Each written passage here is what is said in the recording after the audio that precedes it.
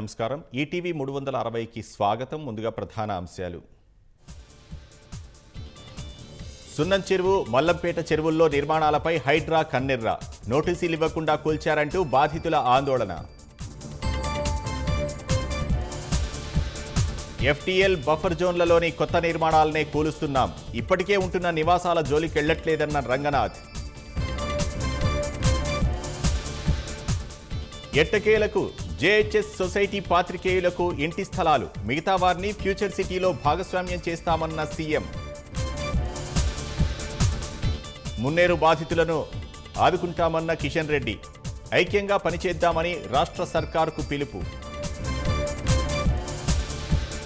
వాయుగుండం ప్రభావంతో రాష్ట్రంలో విస్తారంగా వానలు. రేపు ఆసిఫాబాద్, మంచిర్యాల జిల్లాల్లో అతి భారీ వర్షాలు. దేశంలో అనుమానిత మంకీపాక్స్ కేసు నమోదు. ఓ వ్యక్తిలో లక్షణాల గుర్తింపు, ఐసోలేషన్లో చికిత్స. చైనా, వియత్నాంలలో యాగి తుపాన్ బీభత్సం. 14 మంది మృత్యువాత, 176 మందికి గాయాలు. రష్యా, యుక్రెయిన్ సయోధ్య కుదిర్చేలా భారత్ అడుగులు. శాంతిదూతగా మాస్కోకు అజిత్ ధోబాల్ను పంపనున్న కేంద్రం.